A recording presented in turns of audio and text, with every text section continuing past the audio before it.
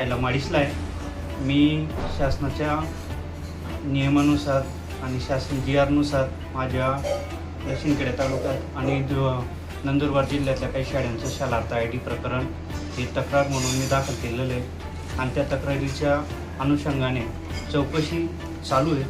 शिक्षण अधिकारी माननीय कलेक्टर साहेब, माननीय मुख्य कार्यकारी अधिकारी साहेब, पालकमंत्री साहेब यांना मी वेळोवेळी माझ्या आतापर्यंतच्या तक्रारी सर्व काही दिलेल्या आहेत।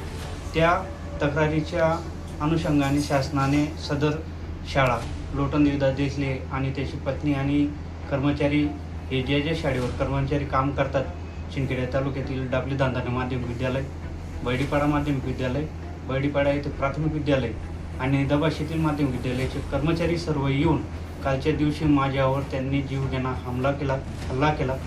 हा सर्व कट त्यांनी नियोजित केलेला होता, LD देसले यांच्या सांगण्यावरून केलेला होता आणि हे सर्व करत असताना माझ्या परिवारातील सर्व लोकांना त्यांनी ओढून ताणून मारलेलं आहे। माझ्या घरात जेवढे पण पुरावे होते ते सर्व नष्ट करण्याचा प्रकार झालेला आहे। या सर्व गोष्टींची मी मागच्या 8 दिवसापूर्वी दादासाहेब साळुंखे यांच्याकडे आणि संतोषदा भुई यांच्याकडे मी सर्व प्रकरण सांगितलं होतं। दादासाहेबांनी हे पत्रकार परिषदेत सुद्धा नमूद केलेलं होतं की तक्रारदार यांच्या जीवाला देखील धोका आहे।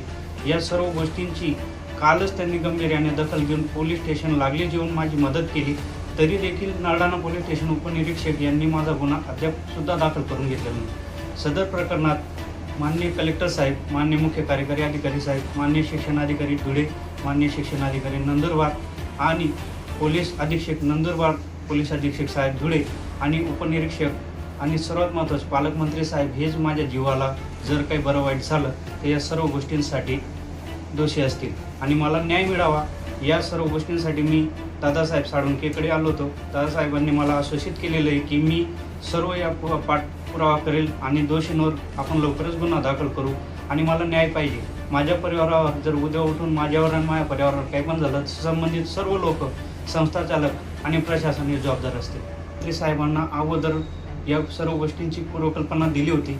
पालकमंत्री साहेबांनी मला आश्वासित केलं होतं की जर असा कुठला विषय आपल्या तालुक्यात घडत असेल तर तो आपण लवकरच बाहेर काढावा आणि मी ते म्हणजे सर्व पुरावे मी दाखल गोळा केले आणि या पुराव्याच्या आधाराने मी सर्व काही गोष्टी बाहेर काढलेल्या आहेत आणि ते मी शासनाच्या सर्व काही निदर्शनात आणणार होतो तेवढ्यात हा माझ्यावर हल्ला झालेला आहे। म्हणून मी राज्याचे मुख्यमंत्री, राज्याचे गृहमंत्री, दोघं उपमुख्यमंत्री साहेबांना विनंती करतो की आपण या गोष्टीची गांभीर्याने दखल घेऊन पालकमंत्री आणि या सर्व शालार्थ IDच्या संदर्भात जेवढे काही लोक आहेत किंवा प्रशासनामध्ये जेवढे काही अधिकारी आहेत यांना आपण त्वरित सूचना करून जे काही असेल त्या सर्व प्रकरणाची गांभीर्याने दखल घेऊन चौकशी करण्यात यावी।